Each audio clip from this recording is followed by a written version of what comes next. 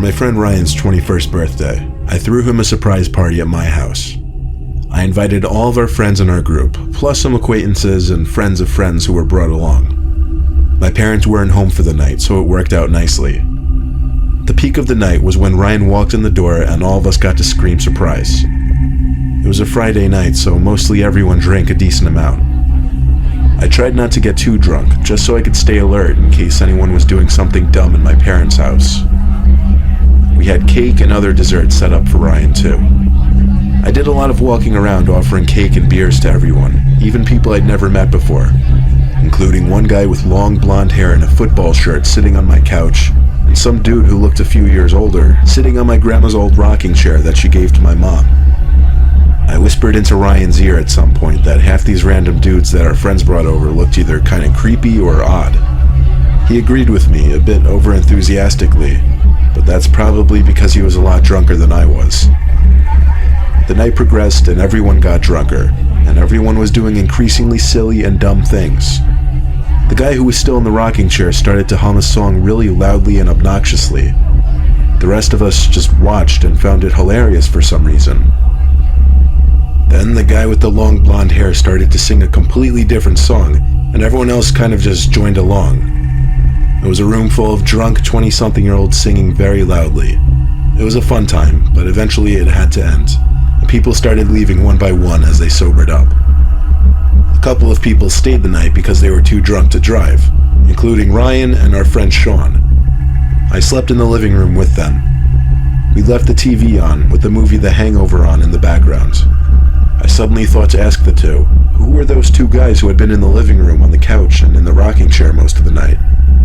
Sean said the guy with the long blonde hair was a friend of one of our other friends, but as far as the guy in the rocking chair, neither of them had a clue. I decided to text everyone in the group chat we had made prior to the surprise party to find out who was friends with this creepy dude in the rocking chair. One by one, our friends said they had no idea. It seemed everyone assumed he knew someone there, but apparently that wasn't the case.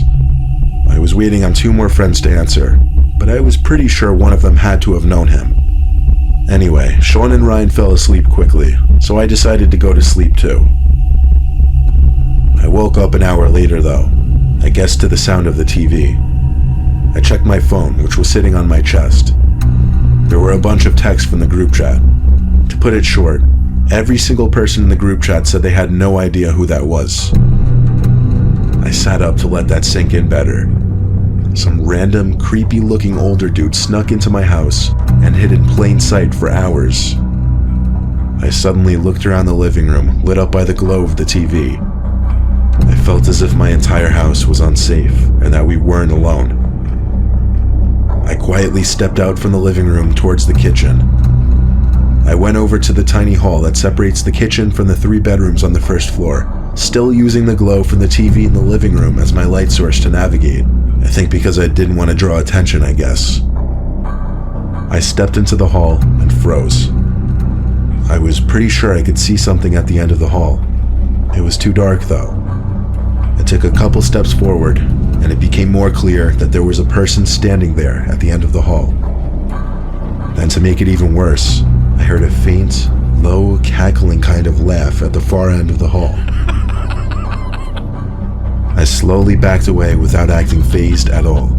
Meanwhile, I felt like my heart dropped to my stomach. I got back to the living room and shook my 2 friends awake. I whispered to them that someone was in the house with us. I got on the phone with the police and talked as low as I could into the phone so that the woman on the other end could still hear me. And as I was on the phone, I saw the creepy guy from earlier, the guy who was on the rocking chair all night, suddenly walk out to the living room, look at us sitting there, passed us, and walked out the front door. I was literally frozen. I think my friends were too. I told the 911 operator that the intruder just left my house. She said lock all the doors and we should be fine.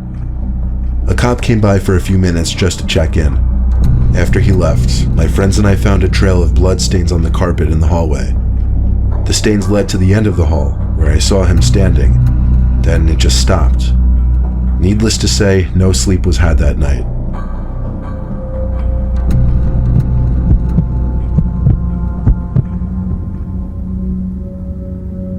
I'm sure we all have those memories from our childhood that make us uncomfortable to think about. How we were so young and innocent and unknowing to something bad that was about to happen. I was in the first grade. It was either a Friday or a Saturday night. All I know is we didn't have school the next day. My friend's mom set up a little party for his birthday at a local bowling alley. All his friends and their parents were there, and we were sectioned off into different lanes to play with different groups. I wasn't having a lot of fun, mainly because I stunk at bowling, and still do to this day. I remember complaining and crying to my mom that I didn't want to play anymore, and I think one of the kids started taking my turn for me. There was a back room sectioned off for the party with a bunch of snacks, sweets, and sodas. So while my mom was talking to some of the other parents, I think that's when I snuck to that back room to fill my stomach with cupcakes and other sweets. There was a door leading to the outside in this room. It led to the back of the building, I guess. And the next thing I remember was the moment a man was standing at the doorway telling me to come outside and check something out. To this day, it still makes me cringe, thinking back and remembering that I actually listened to the random man and went out there. Upon stepping outside, the man knelt down to my level so that we were face to face. Then he pointed at a truck that was running, maybe 5 yards away. I remember he said he had the rest of the sweets and snacks in the back of his truck, and he needed help unloading it. He also offered to give me a $20 reward if I helped him. Now, I'm sure in my 6-year-old mindset, I was thinking about how cool I'd look, and how jealous all the other kids would be. I followed the man to his truck. He opened the back door for me, and pointed at a big black plastic bag sitting in his back seat. I climbed into the truck, and the next thing I remember was the horrific, ear-piercing scream of a woman. It was my mom, standing at the back doorway of the bowling alley, screaming my name over and over.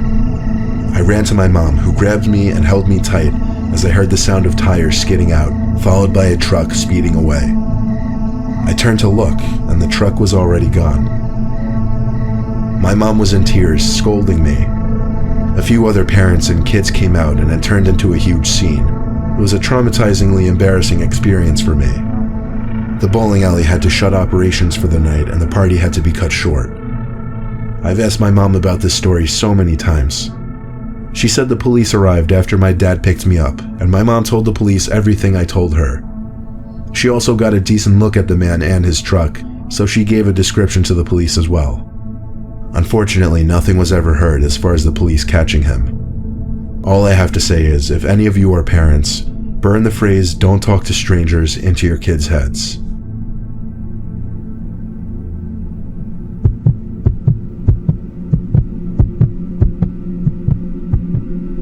For my son's 12th birthday, my wife and I threw him a little party in the backyard. We invited the whole family, as we usually did for any of our kids' birthdays, and let him invite all of his friends too. We live in rural New Jersey, so our backyard connects to forest on 2 sides. We also have a pretty big property, which allowed us to space out a bunch of tables on the grass with food and refreshments. The little party went into the night. Most of our guests left, but closer family and some of our friends stayed late. It was probably 8 o'clock. The mosquitoes were out in full force, so I decided to run over to the shed at the far end of the backyard by the woods to fetch the tiki torches. I grabbed like 6 torches and set them on the grass while I went back in to look for fuel. However, while I was in the shed, I heard steps in the woods. I stopped what I was doing to take a look out there, but honestly, it was just too dark to see out into the woods. After finding the fuel, I went back to the part of the yard everyone else was at and pitched the torches into the ground. The 6 torches gave off a decent amount of light while keeping us safe from the blood-sucking pests. There were about 6 kids left, including my son, and they all wanted to play hide-and-seek in the woods. My wife and I allowed it, just making sure to tell them to stay close to the tree line.